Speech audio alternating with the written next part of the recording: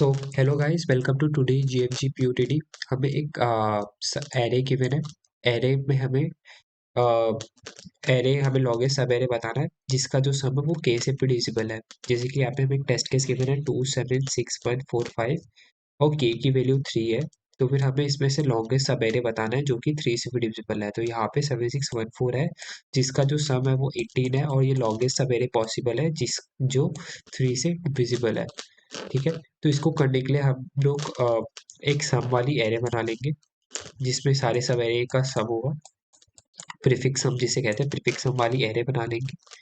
Prefix सम वाली array बनाने के बाद हम लोग रिमाइंडर निकाल लेंगे सबका, और रिमाइंडर चेक करते रहेंगे कैसे करते हैं। ठीक है, अब इसमें से आप लोगों को एक इम्पॉर्टेंट प्रॉपर्टी पता होनी चाहिए। जैसे कि अगर मैं लूँ कि हमारा जो प्रीफिक्स सम है, हमारा जो प्रीफिक्स सम है वो आ रहा है 2 9 15 16 20 और 25। ठीक है, 2 25। ठीक है, ये हमारा प्रीफिक्स सम आ गया 2 7 6 1 4 5 का। Two two plus seven six plus 2 plus 7 plus 6, 2 plus 7 plus 6 plus 1, और 2 प्लस 7 प्लस 6 प्लस 1 प्लस 4, और 2 plus 7 plus 6 plus 1 plus 4 plus 5। तो ये आ गया।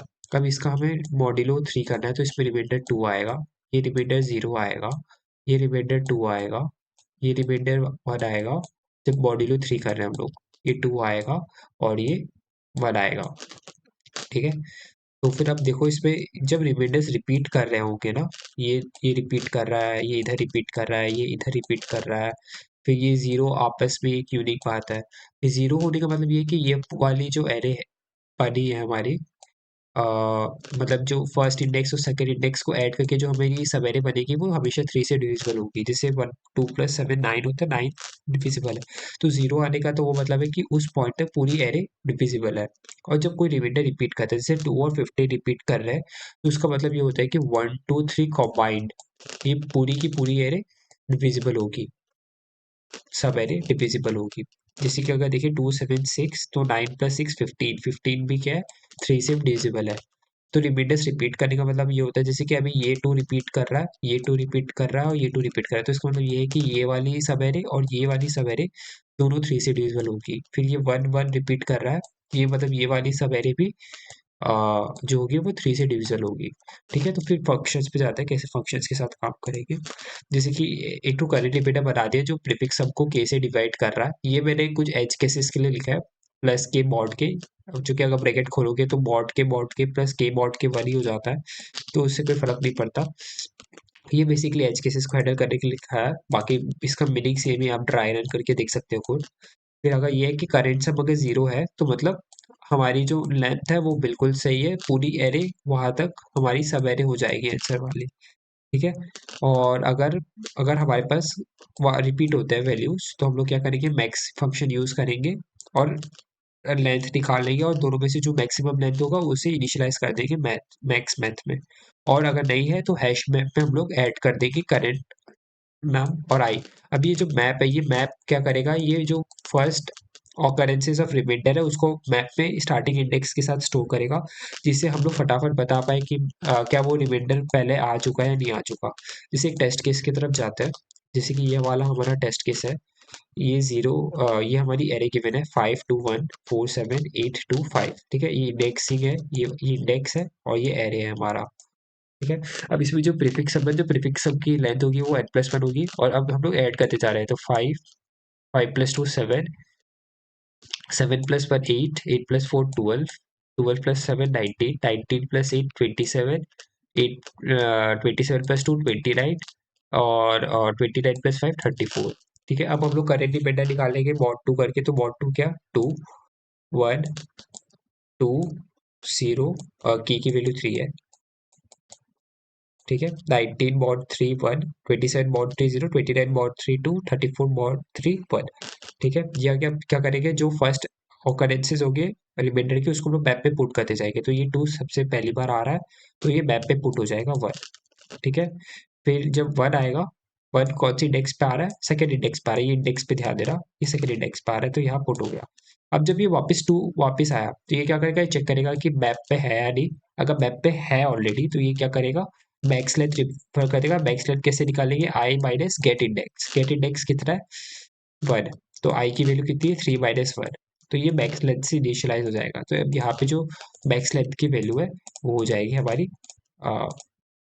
2। ठीक है, अभी बैकस्लैश हमारा क्या हो गया, 2 हो गया। फिर जब जीरो आएगा तो जीरो आने का मतलब ये पूरा सब एरे डिविजिबल है, तो बैकस्लैश को डायरेक्ट आई के इक्वल कर देंगे, तो बैकस्लैश अपडेट होकर आ जाएगा 4। ठीक है, तो बैकस्लैश अपडेट होकर हो जाएगा 4।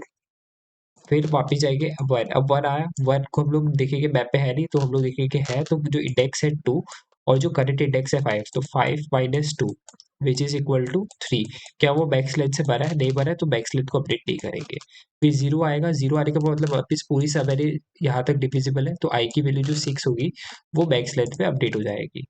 ठीक है, बैक स्लैश में अपडेट कर दी। फिर वापिस 2 आया, तब 2 वापिस इनिशियल इंडेक्स के साथ चेक होगा, तो यहाँ पे इंडेक्स कितना है 7, और गेट इंडेक्स कितना है, 2 का इंडेक्स है 1, तो 1 होगा तो 6। अब 6 और 6 में तो 6 ही भरा है, तो बैक स्लैश 6 ही रहेगा। फिर वापस 1 आएगा, 1 वापस है यहाँ पर, तो 7 माइनस जो इंडेक्स है वो 8 है, और जो वैल्यू है 1 की स्टार्टिंग इंडेक्स वो है 2, तो 6। तो बैक स्लैश हमारा वापस 6 ही रहेगा, 6 से ज़्यादा नहीं होगा। तो जो हमारा आंसर हो गया वो 6 हो गया। ठीक है, तो जो हमारा जीएफजी का टेस्ट केस है, अगर उससे भी ट्राई रन करना है तो कर सकते हैं। जैसे कि ये हमारी एरे गिवन है 2 7 6 1 4 5, सब निकाल लिया हमने, 2 9 15 16 20 25। फिर डिविडेंड मॉड कर दिया, तो 2 0 0 1 2 और 1। अब 2 जैसे ही पहली बार आया हमने उसे बैक में पुट कर दिया।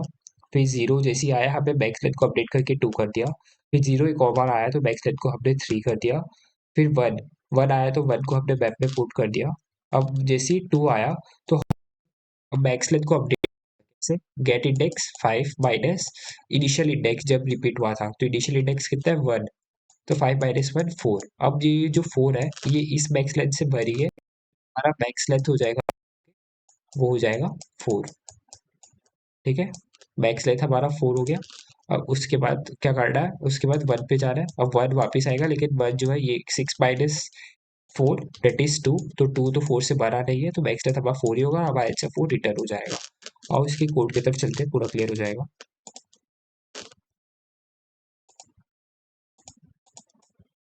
ओके गाइस, तो कोडिंग चालू करते हैं इसका। तो सबसे पहले एक इंक्रिप्शन बना लेते हैं हम लोग। ठीक है, और न्यू इंट जिसका जो साइज होगा n+1 होगा।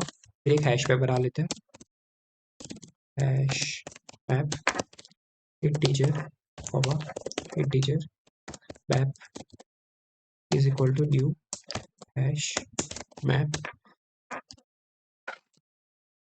ठीक है, फिर int max length equal to 0। ठीक है, ये हो गया। फिर यूज करेंगे for int i is equal to 1 से i less than n+1 i plus plus. Prefix sum calculate करना पड़ेगा। प्रीफिक्सम कैसे कैलकुलेट करेंगे, ith इंडेक्स का जो प्रीफिक्सम होगा वो उसके एक इंडेक्स पहले का सम होगा।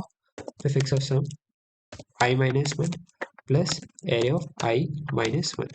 ठीक है, और फिर जो करंट रिमाइंडर निकालेंगे हम लोग, एक इंट करंट रिमाइंडर इनिशियलाइज करना पड़ेगा। Current remainder which is equal to prefix sum of i mod k plus k mod k, ये एज केसेस हैंडल करने के लिए।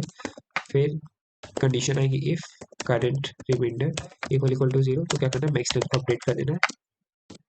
लेंथ इज इक्वल टू आई। अगर नहीं होता है एल्स इफ और मैप डॉट कंटेन्स की करंट करंट रिमाइंडर, तो क्या करना हमें, मैक्स लेंथ को अपडेट करना पड़ेगा। इससे अपडेट होगा ये math dot max of max length comma i minus map dot get current remainder. ठीक है, इससे हमारी पास लेंथ आ जाएगी। और अगर नहीं है हमारा उसमें मैप में, तो क्या करेंगे हम लोग, map dot contains sorry map dot contains की, अगर मैप में प्रेजेंट नहीं है, तो क्या प्रेजेंट नहीं है करंट रिमाइंडर, तो मैप में करंट इंडेक्स के साथ पुट कर देंगे। तो map dot put current remainder comma i. ठीक है, और लास्ट में कर देंगे मैक्स लेंथ रिटर्न मैक्स, ठीक है, देख लेते एक बार। अरे max length operation preference type हो गया क्या कहीं पे? मैथ डॉट मैक्स एक्सपेक्टेड, अच्छा सेमिकोलन आएगा और मैप डॉट कंटेन्स की कंटेन्स,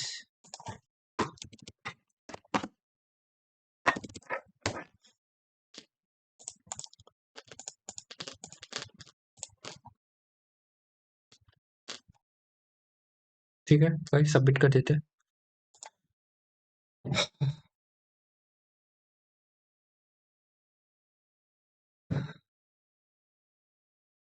ओके गाइस, तो आज का कोड सबमिट हो गया। Thank you. Hit like and subscribe और सोल्यूशन पसंद आया तो जरूर कमेंट करें। मिलते हैं अगले वीडियो पर।